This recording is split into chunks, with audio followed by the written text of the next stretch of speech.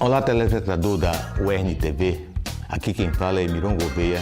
Eu sou gerente de laboratórios do curso de Comunicação Social, Habilitação em Rádio e TV da Universidade Estadual de Santa Cruz, aqui no sul da Bahia. A UESC tem um curso de comunicação, apesar do viés da habilitação rádio e TV, mas tem um viés muito ligado ao cinema.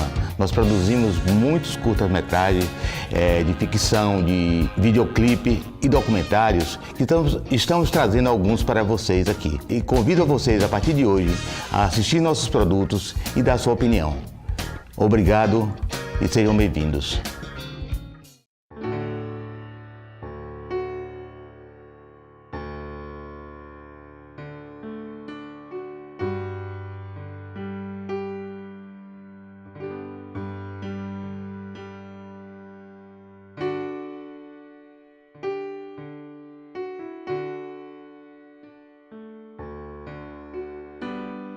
Quem vê a UESC assim hoje, não imagina o caminho percorrido para ela chegar até aqui. Assim começou em 1974, 2 anos após ser instituída. Formada pelas faculdades de Direito de Ilhéus, de Filosofia de Itabuna e de Ciências Econômicas de Itabuna. Era chamada FESP, Federação das Escolas Superiores de Ilhéus e Itabuna, localizada entre 3 fazendas na BR-415. Nessa época, o contexto era bem diferente do que temos hoje. Esta era uma terra cheia de riquezas, muita prosperidade, mas cujo destino dependia imensuravelmente da sorte do fruto de ouro, o cacau. 11 anos depois, essa sorte mudaria e a fariam tomar um novo rumo. Eu cheguei no movimento estudantil aqui na UESC em 1987.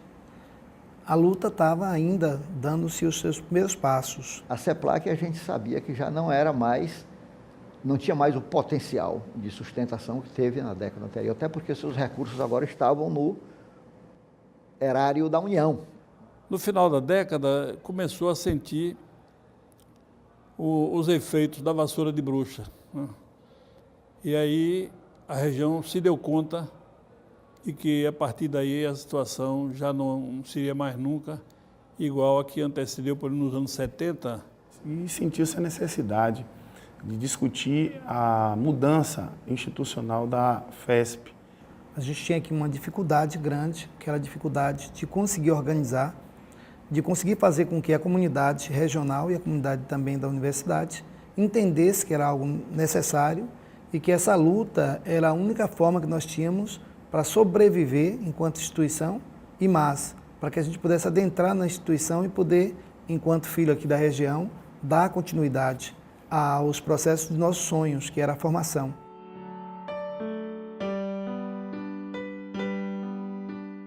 A FESP foi um modelo original arquitetado no início da década dos anos 70, diante da dificuldade, da insensibilidade, digamos assim, do governo da Bahia, do governo federal, de criar a já reclamada Universidade do Sul da Bahia.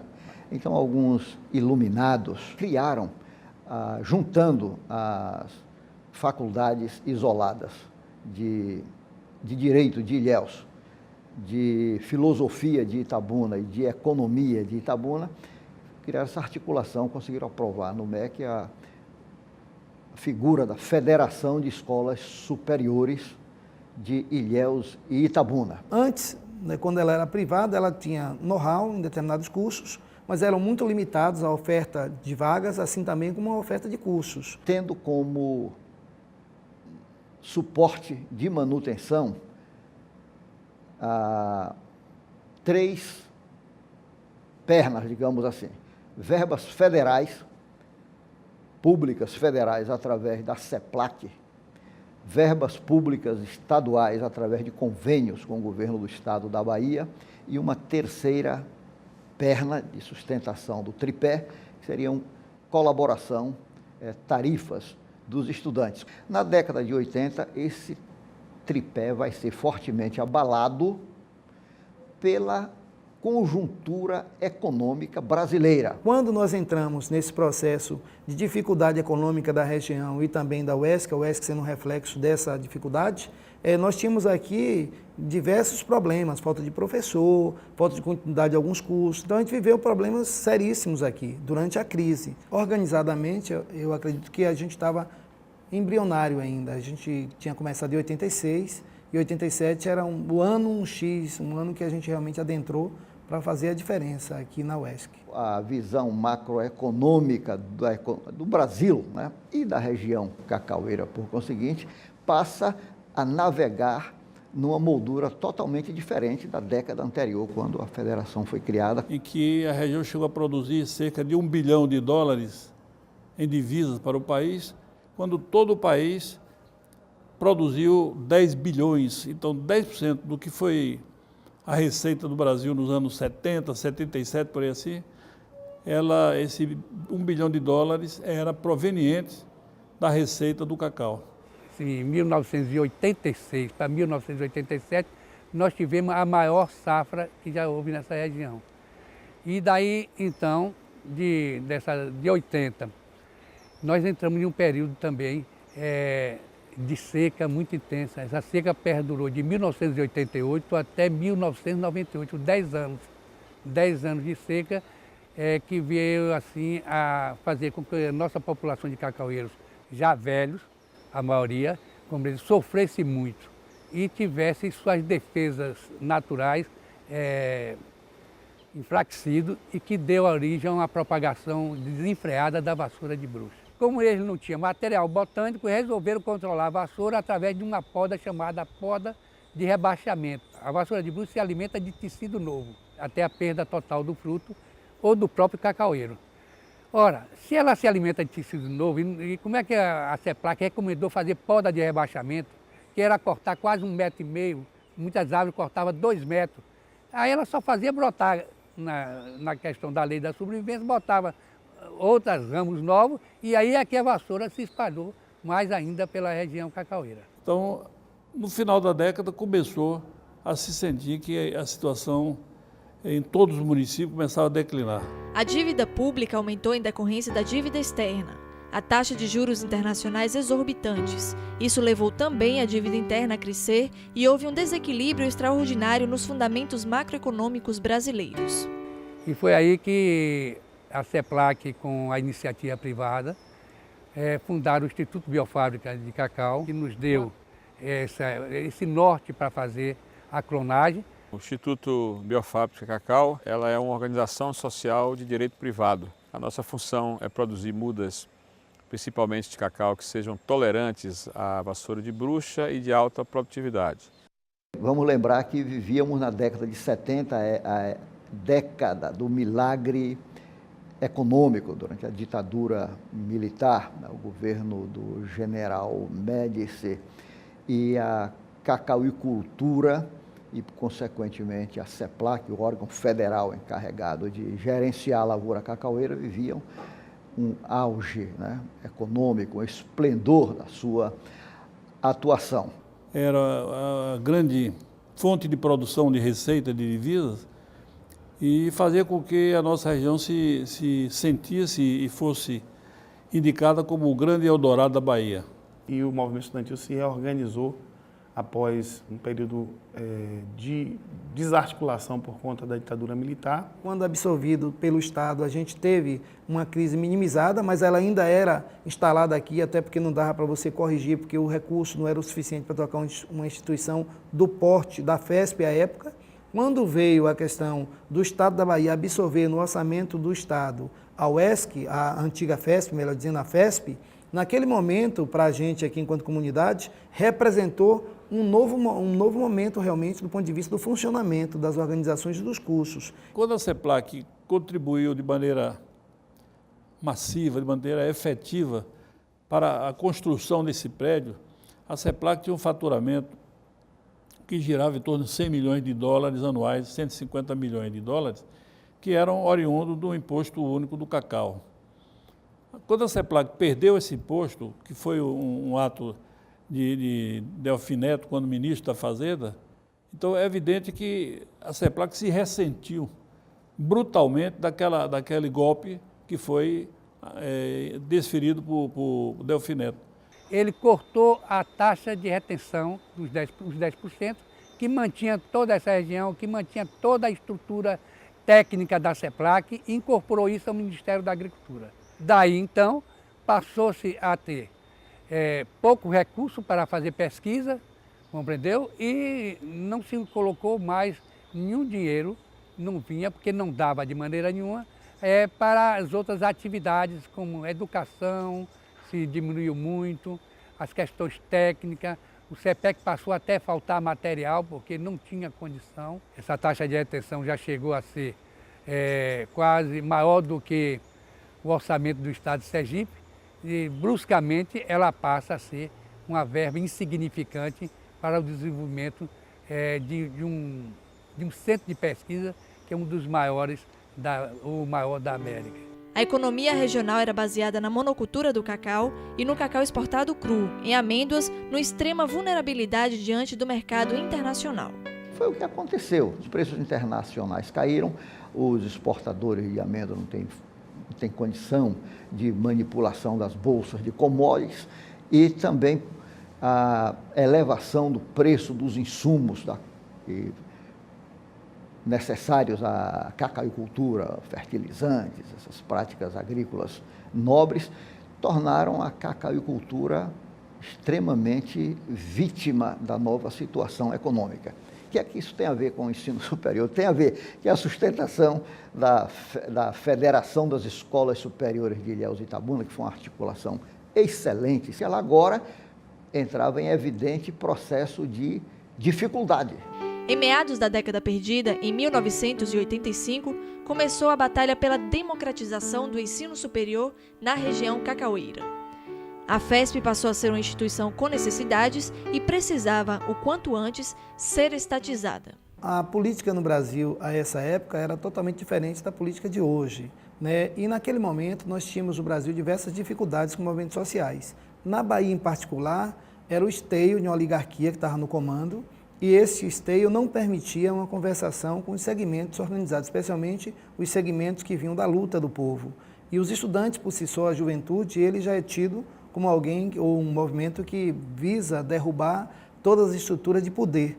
Aqui na UESC, e o governo do Estado entendia como um movimento de revolução. E, na verdade, era um movimento apenas e tão somente que buscava o direito nosso de instrução. E o Estado da Bahia era fechado para esse tipo de argumentação com a sociedade. O governo de Valdir Pires foi para a gente o primeiro sinalizador positivo na eleição e logo depois na primeira ação, em absorver a UESC, absorver a comunidade universitária como parte integrante de responsabilidade do Estado da Bahia. Então, Valdir foi para a gente a válvula de escape, a abertura para que a gente tivesse a UESC de hoje, naquele momento, nascendo. O governador Valdir Pires nos recebeu o movimento estudantil, e foi justamente no governo Valdir que se colocou na Constituição do Estado que a FESP seria transformada numa universidade estadual, e o próprio governador assegurou recursos orçamentários suficientes para manter a instituição. A estadualização da FESP é uma coisa interessante. Valdir Pires preparou todo o prato, botou na mesa e deixou a CEB se servir. Quando a CEB assumiu, praticamente ele assinou o decreto de criação da FESP, da UESC, quase que de imediato.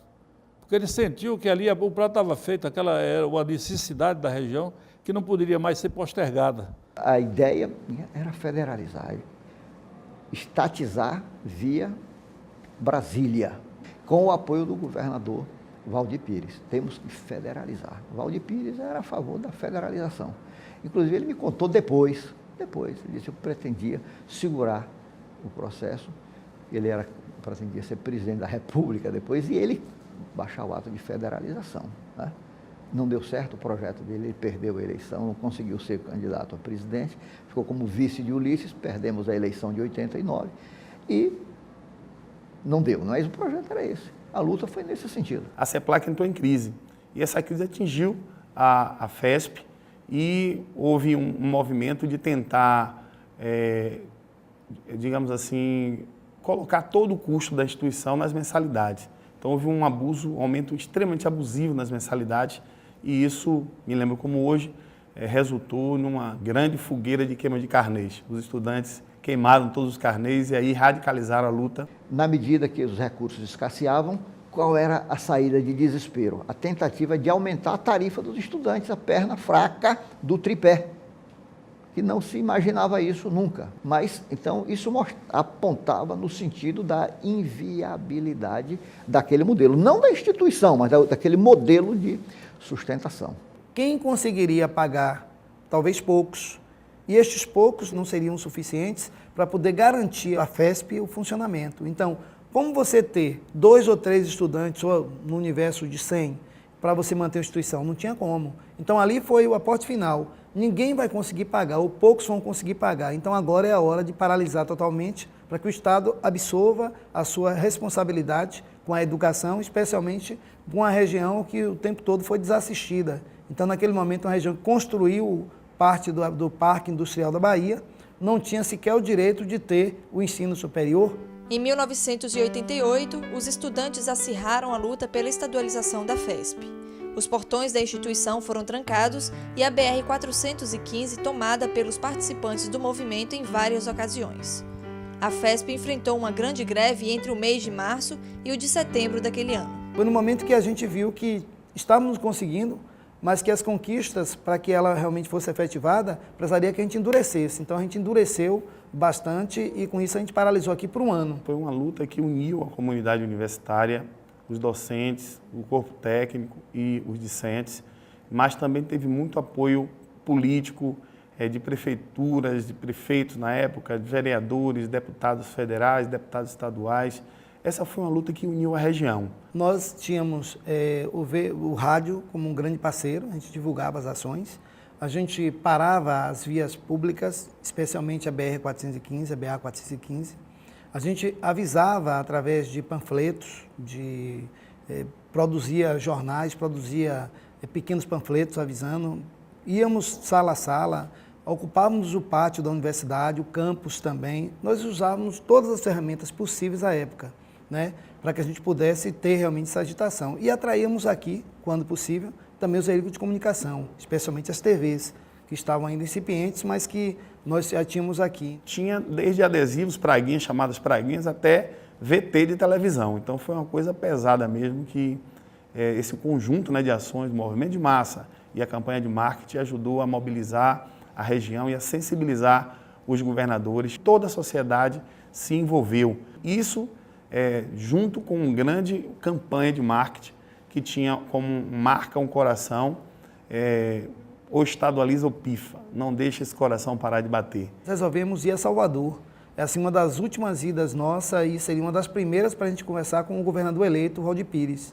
Então nós juntamos aqui 2 ônibus, lotamos de estudantes e saímos aqui. Na verdade, nós tínhamos o ônibus, nós tínhamos os ônibus, mas nós não tínhamos nem a estrutura de comida, de bebida, a mínima necessária. Então, cada um, dentro do que podia, juntou os seus trapos, botou nas costas as suas mochilas e com um sonho imenso, foi quando a gente se dirigiu a Salvador. E nós chegamos em Salvador e sitiamos a Assembleia Legislativa. Nós invadimos a Assembleia Legislativa, né, para sermos ouvidos pelos deputados, e de lá, depois de 2 dias intensos de movimentação, conseguimos fazer com que os prefeitos de Ilhéus e Itabuna, na época, Ubaldo Itabuna e Jabes Ribeiro Ilhéus, fosse até o governo da Bahia, juntamente com os estudantes e professores, funcionários poucos que foram à época, e nós conseguimos sermos escutados na Assembleia, e de lá fomos ao Palácio falar com o governador da Bahia. Meu mandato, eu fiquei grande parte do tempo em Salvador, junto ao governador Valdir Pires, e em Brasília, junto ao Ministério da Educação, pedindo verbas, claro, pedindo verbas, e pedindo a federalização. E essa estadualização a gente fez com que o reitor saísse daqui debaixo de tomates e ovos, a gente ocupou, e aí a gente viu que daquela forma a gente conseguia com que o Estado abarcasse e se responsabilizasse por a questão de dar atenção à região e de fazer com que a educação em nível superior viesse ser responsabilidade do Estado aqui na região do Cacau. Muita naturalidade, isso, graças a Deus, tem muita clareza, entendeu, o processo social. Entendi claramente esse processo de transferência da personificação aos olhos dos alunos e dos colegas professores da dificuldade da dificuldade da instituição com a do diretor-geral da instituição, embora o diretor-geral da instituição fosse protagonista na luta pela resolução do problema. Em nenhum momento a gente adotou posição que fosse confrontar, né, a necessidade de se dar estabilidade e enxergávamos que era através da estatização, da manutenção da instituição. Mas é absolutamente normal do pensamento humano você fazer esse processo de transferência. É uma pessoa que vai personificar, né, seu símbolo, né, daquela dificuldade. Aí esse camarada está aí, não resolve, ele que é o problema, não é? Eu entendo isso claramente. Tanto é assim que logo após a minha renúncia, foi um pedido, né? E eu entendia que se ficasse ia sofrer essa resistência. Não, meu desejo era que a instituição avançasse. Não dava comigo, eu não posso ser o problema. Só dessa forma a gente conseguia cada vez mais mandar o nosso recado para o governo do Estado. E teve mais um detalhe que eu vou te revelar. O governador Valdir Pires, ele me fez, quando a coisa estava realmente insustentável, né? E ele não podia estadualizar, porque a ideia era essa. Mas aí ele me pediu, Aurélio, se você atender a um pedido que está sendo feito, que eu não vou dizer o que foi, aí me ajuda a contornar. Se não, para você não ter que fazer isso, você pode renunciar e indicar o nome que eu nomeio seu sucessor. Isso ninguém sabe aqui. E eu consultei minhas bases aqui e no dia seguinte voltei ao gabinete dele e indiquei o nome do professor Altamirano Marques, que ninguém sabe por que foi que Altamirano entrou. Eu estou te explicando aqui. E Valdir designou. Eu liguei para Altamirano, professor Altamirano, e perguntei se houvesse uma circunstância que ele fosse indicado, ele aceitaria. Ele disse, se for para ajudar a nossa universidade, eu aceito. E aí, então, eu posso indicar seu nome, posso levar seu nome. Levei, aí no dia seguinte levei para Carlos Meirelles, secretário de governo. Olha, eu vou sair e o nome. Aqui já tinha gente se articulando para ser diretor e tal. Né? Aí saiu a designação. A imprensa participou de maneira ativa, fazendo matérias, divulgando as manifestações, fazendo com que o povo sentisse a necessidade de realmente efetivar a concretização da UESC. Agora, o grande movimento foram feitos pelos estudantes. O grande movimento feito pelos estudantes e pela sociedade civil é que deu o respaldo à criação da UESC como entidade que nós vemos hoje. Claro que era um pouco menor, era bem menor, mas hoje já se configura esse patrimônio cultural de toda a região do Cacau, graças ao esforço dos estudantes e, naturalmente, à assinatura do governador ACM. O governador Nilo continuou mantendo o pagamento da universidade, mas não deu passo nenhum para dar consequência à criação da universidade. Nilo, ele veio numa conjuntura política diferente. No Brasil teve uma eleição. Nessa eleição, o Valdir teve que sacrificar-se um projeto na época do partido que ele pertencia, o PMDB, e ele teve que se lançar candidato a vice de Ulisses Guimarães. Nilo assumiu e Nilo manteve inicialmente alguns compromissos assumidos por Valdir, mas o trato, a forma de tratar já foi diferente, porque enquanto Valdir era extremamente aberto ao ponto de atender os estudantes, Nilo colocava interlocutores, então já houve uma mudança na forma de gerenciar esse processo da estadualização aqui da UESC. O governador Antônio Carlos Magalhães, houve uma resistência muito forte por parte dele, que através de uma entrevista na Veja e de outros pronunciamentos, disse que a prioridade do governo dele era o ensino de segundo grau e que ele não iria criar mais nenhuma universidade. A ACM significava para a gente o retorno de todo o Estado de comando sem ouvir a sociedade, do Estado arbitrário. Então, para a gente, representou para a comunidade uesquiana, os estudantes, representou realmente uma volta a um passado negro, um passado difícil, um passado pesado, um passado que as armas do Estado estavam apenas e tão somente para manter o status quo daqueles que comandavam e não para mudar a forma de gerenciar a sociedade. E o retorno de ACM ao poder na Bahia, para a gente representou grande medo, para a gente representou dificuldades. Até porque, quando ele assumiu, uma das falas dele é dizer de que ele não iria estadualizar o UESC.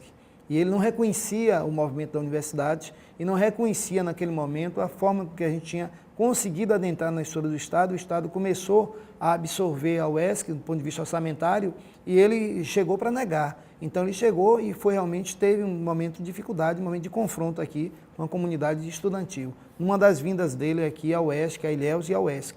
Nós conseguimos finalmente, no dia 5 de dezembro de 91, a publicação da lei que criou a UESC.